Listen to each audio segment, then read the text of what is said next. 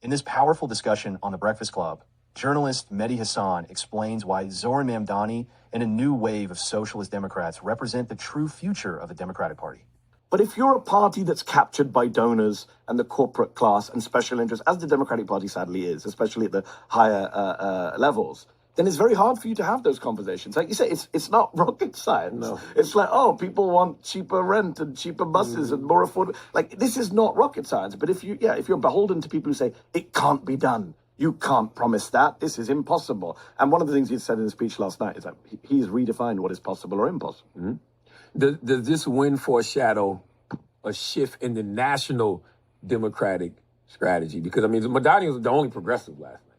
Everybody else is pretty much establishment. Yeah, so I think that's what a lot of pundits are going to spin it as. They're already spinning it as like, look at we got a CIA officer elected in Virginia, we got a former Navy pilot in New Jersey. Who cares about the Democratic Socialist dude in New York?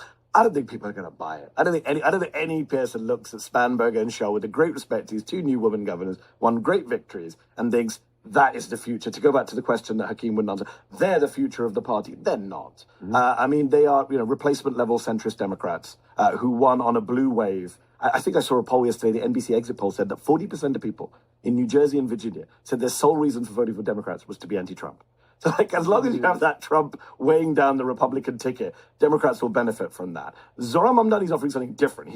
People aren't just voting for him because they're anti-Trump. That is not the energy that's coming, especially from young people. It's because he is offering a different sort of politics, a different sort of vision, somebody who is willing to stand with working people. He began his speech last night talking about the working class, which, again, many Democrats have not talked about for a long time. Platner is, Bernie does, AOC does, and now Mamdani. So I hope they take the right lessons, but I suspect they won't. I suspect they'll say, no, let's look at what the centrists did. And by the way, I mean, Abigail Spanberger, what did she run on?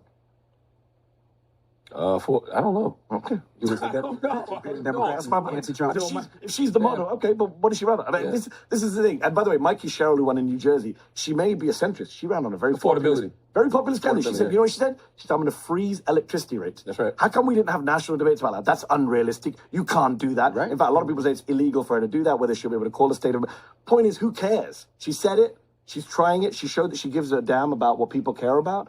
And, the double standard is Mamdani, prove it. Nobody said that to Mikey Sherrill. Yeah, we live in Jersey. That's all. I mean, I voted for Mikey Sherrill, and that's what I voted for. I voted for her because she was talking about affordability, because she was talking about lowering taxes, because she was talking about doing things like, electric bills. Like, yeah, that's crazy. My only reason for voting for her. But isn't it interesting that she said she'd freeze electricity bills, and that has not been a national scale? Right. Because you only question the left-wing guy.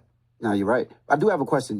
Have you spoke to Mamdani? The one thing that scares me about Mamdani is when you see the post like that and you see the amount of hate he's getting, yes. Do you speak to him about security and safety? Yes. And how does he feel about that? Because I've never seen so much hate. You can question somebody, but the hate that's coming out of these people, sometimes I feel like it's going to be worse than that. Have you talked to him about security and make sure? So when I interviewed him just a few weeks ago, it was a day or 2 days after a guy had just been arrested for making death threats against his staff. Jesus. And that was before the last few weeks of his campaign, where they really ratcheted it up. This kind of radical Islamic comedy. You see Ted Cruz was tweeting, he's a literal jihadist. I mean, let's just be clear to people watching. Trump said he hates Jews. That's when somebody says he should be deported. Like, it's... 100%. They're putting up pictures of 9/11, right? They're using 9/11 against this guy who was, 9 years old on 9/11? Yeah, I'm not looking at that. Wake up, New York. That's crazy. Michael Bloomberg funded the super PAC that did that ad with the picture of his face over 9/11. These people should be ashamed of themselves. Andrew Cuomo went on a podcast and laughed when the host said, well, he'd be cheering on another 9/11. Ted Cruz, I mean, it's so hypocritical. These Republicans spent weeks going on about Charlie Kirk, right? Last time I came on your show, I think it was the day before or the day of the killing of Charlie Kirk. We spent weeks of Republicans saying, if you say fascist, that means you're inciting hate again. If you call us a Nazi, you're going to get us killed. Look at your language. They have spent the last few weeks calling this guy a jihadist.